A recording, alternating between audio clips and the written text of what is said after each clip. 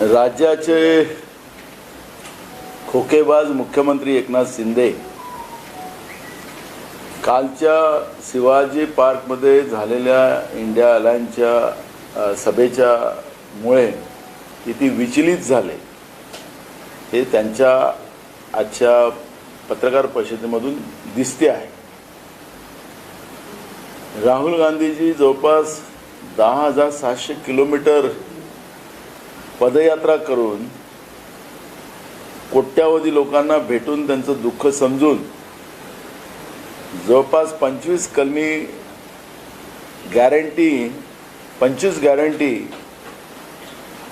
काँग्रेस पक्षाच्या वतीने त्यांनी दिल्या आणि काँग्रेस पक्षाने त्या पूर्ण करण्याचं वॉरंटी सुद्धा दिलेली आहे आणि त्यामुळे देशभरातल्या लोकांमध्ये एक उत्साह होता. राहुल गांधींची यात्रा चैत्यभूमीवर यात्रेचं समापन झालं आणि कालच्या ज्या सभेमुळे एकनाथ शिंदे असतील किंवा भाजपचे भोपू असतील यांच्यामध्ये सकाळपासूनचं कावकाव सुरू झालेली आहे. राहुल गांधीजींनी मुद्दे मांडलेले आहेत आणि त्या मुद्द्यावर या लोकांनी बोललं पाहिजे, पण यांच्याजवळ मुद्दे नाही आहेत. मोदी जुमलेबाज गॅरंटी यांच्याजवळ आहे. हिंदुत्वाचं आम्हीच ठेकेदार असं पद्धतीनं हे सांगणारी लोक, त्यांना माझा सवाल आहे की जे निवडणूक बॉन्ड तुम्ही गोळा केला त्यामध्ये बीप ज्या म्हणजे गाईचं मांस तयार करणाऱ्या ज्या कंपन्या आहेत त्यांच्याकडून तुमच्याकडे पैसे आले. एकीकडे गाईला आई म्हणायचं आणि मोदीच्या सरकारमध्ये सगळ्यात जास्त आपला देश निर्यात काय करत असेल तर 1 नंबरमध्ये आला असेल तर गोमांस निर्यात करण्यामध्ये भारताचा पहिला नंबर आलेला आहे. एकीकडे गाईंच्या नावाने राजकारण करायचं, हिंदुत्वाच्या नावाने राजकारण करायचं आणि ज्यांच्या हिंदुत्वाचं हे करून त्याच बीप कंपन्याकडून निवडणुकीसाठी पैसे गोळा करायचे हे तुमच्या रेकॉर्डवर आलेले आहेत.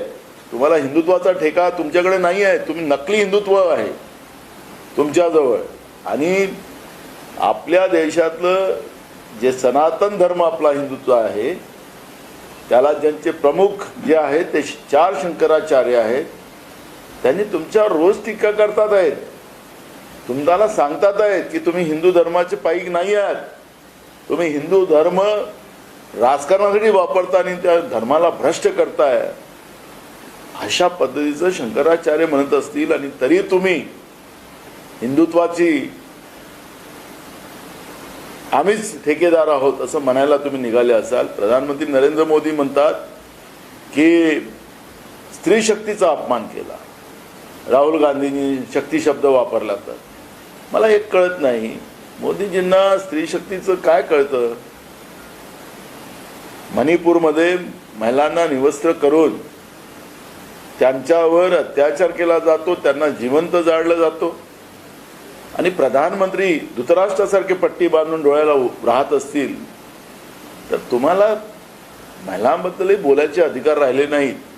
त्यामुळे हा फालतूचा पुळका जो तुम्ही आणून राहुल गांधींच्या त्यागाला, त्यांनी केलेल्या तपस्येला, त्यांनी प्रामाणिकपणे लोकांसाठी काम करण्याची भूमिका लोकांसमोर मांडून ज्याप्रमाणे राहुल गांधीजींनी 25 गॅरंटीज लोकांच्या समोर दिल्या त्याच्यात शेतकरी आहेत, महिला आहेत, युवक आहेत, गरीब आहेत, कामगार आहेत आणि त्यांच्या सामाजिक न्यायाची भूमिका घेऊन राहुल गांधीजींनी जी भूमिका मांडली ती देशाच्या लोकांनी मान्य केली आणि म्हणून घाबरल्यासारखे सकाळपासूनचं मग एकनाथ शिंदे असतील की भाजपचे भोपू असतील ते सकाळपासूनचं त्यांचं कावकाव सुरू झालेली आहे. याला आम्ही भीक घालत नाही. ते घाबरले.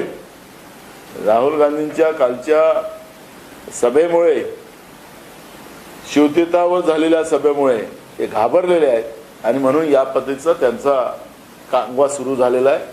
याला आम्ही भीक घालत नाही.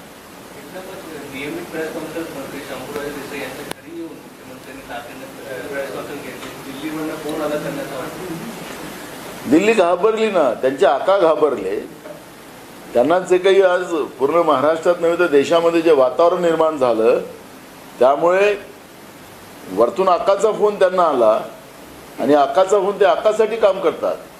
मुख्यमंत्री झाल्यानंतर मी औरंगाबाद याच्यासाठी शब्द वापरतो की अजूनही निवडणूक आयोगाने त्यांना औरंगाबाद शब्दच वापरलेला आहे, उस्मानाबादला उस्मानाबादच शब्द वापरलेला आहे. त्या पद्धतीचा गोंधळ या लोकांनी केला की आम्ही औरंगाबादचं नाव छत्रपती संभाजीनगर केलं, उस्मानाबादचं नाव आम्ही धाराशिव केलं, पण अजून कुठलाच रेकॉर्डला नाही. म्हणजे हे यांचं नकली नाव बदलवण्याचा जो प्रेम आहे ते पण आपल्याला या ठिकाणी दिसून येते. यांनीच मुख्यमंत्री झाल्यानंतर औरंगाबादला गेलेत आणि त्या ठिकाणी सांगितलं की माझे आका दिल्लीत आहेत, नरेंद्र मोदी आणि अमित शहा, आणि त्याच्यामुळे बुलेट ट्रेन राज्यातला सगळा उद्योग गुजरातमध्ये पाठवण्याचं काम यांनी केलं, खुर्ची टिकवण्यासाठी महाराष्ट्राला बर्बाद करण्याचं काम केलं. आणि म्हणून नियोजित प्रेस नसताना सुद्धा मुख्यमंत्र्यांनी या लेवलवर जावं आणि एक प्रकारे छत्रपती शिवाजी महाराजांच्या महाराष्ट्राचा अवमान करावं हे बरोबर नाही. तुम्ही म्हणताय की भाजप घाबरलाय, याच पार्श्वभूमीवरती आज मुख्यमंत्री राज ठाकरे सुद्धा दिल्लीला गेलेले आहेत. अशी शक्यता आहे की त्यांची अमित शहांची भेट होईल आणि महायुतीत सहभागी होण्याची शक्यता आहे. त्यामुळे भाजप कुठे इतर राज ठाकरेंना सुद्धा गळ घालते ठाकरे आडनाव स्वतःसोबत राहण्यासाठी. मी तुम्हाला एक गोष्ट सांगतोय ना, भाजपचं केंद्रातलं सरकार आता राहणार नाही. देशाच्या जनतेने निर्णय केलेला आहे. हे 400 पार नाही 420 सरकार आहे. त्यामुळे हे 400 पारचा शब्द वापरतात आहे, पण यावेळेस ते 150ही पार करू शकणार नाही अशी परिस्थिती पूर्ण देशामध्ये आहे. गेल्या वर्षी गुढीपाडवा मेळाव्यात राज ठाकरे यांनी त्यावेळेला 2021च्या लोकसभा निवडणुका होत्या, त्यावेळेला त्यांनी असं विधान केलं होतं की या मोदी आणि शहांना या देशाबाहेर याच्यातनं काढलं पाहिजे. आणि एकीकडे देशात सगळ्यात खोटं बोलणारा पंतप्रधान मी आता काही पाहिलं नाही असं त्यांचं विधान होतं. आणि आज तेच भेट घेण्यासाठी म्हणून दिल्लीला गेलेले आहेत. महायुतीत सहभागी होण्याची शक्यता अधिक वर्तवली जाते. कसं बघताय तुम्ही मनसेअध्यक्ष राज ठाकरेंच्या भूमिकेत? मनसेची 2 जागांची आग्रही भूमिका सुद्धा ऐकायला मिळत आहे. कसं पाहता आज सुद्धा नाही आहे, त्यातून मनसेची मागणी असेल आम्हाला त्यांच्यावर कुठली प्रतिक्रिया द्यायची नाही. पण आमचे मुख्यमंत्री मित्र देवेंद्र फडणवीस म्हणाले होते की चौथ्या पक्षाची जागा नाही. राज ठाकरे नाही, मला त्यांच्या पक्षाबद्दल कुठलीही टीका करायचं कार्य करत नाही. जेव्हा निवडणुकीच्या मैदानात आले त्यावेळेस आपण बोलू. भाजप घाबरले आणि दुसरीकडे मनसेला इग्नोर करू नाही चला, कारण अनेक उमेदवारांना त्यांच्या लाखापेक्षा अधिक यादी मतं पडली की त्याचा परिणाम इतर पक्षांच्या उमेदवारांवरती झालेला आहे, खास करून महाविकास आघाडीच्या. तुम्ही कसं बघताय? कारण का ज्या पद्धतीने ते राज ठाकरे 1 लाख मतांचा हा सगळा आज माझ्यासाठी तो विषय चर्चेचा नाही. निवडणुकीच्या प्रक्रियेत ते आले तर मग त्या पद्धतीची चर्चा आम्ही करू. आज आमच्यासाठी तो विषय नाही. पण ज्या राज ठाकरेंनी लावले तो व्हिडिओच्या माध्यमातून 2021 मध्ये राम ठेवलं होतं तेच राज ठाकरे आज मी आज त्याच्यावर कुठली प्रतिक्रिया देणार नाही. मी तुम्हाला सांगतोय की जेव्हा निवडणुकीचं मैदान सुरू होईल आणि जे तुम्ही आम्हाला अपेक्षित आहे जे सांगतात आहात त्यावेळेस जे घडेल त्यावेळेस ते वाक्य आम्ही काय बोलायचं ते बोलू ना. वंचितचे प्रमुख काल प्रकाश आंबेडकर हे महाविकास आघाडी याच्या व्यासपीठावरती पाहायला मिळाले.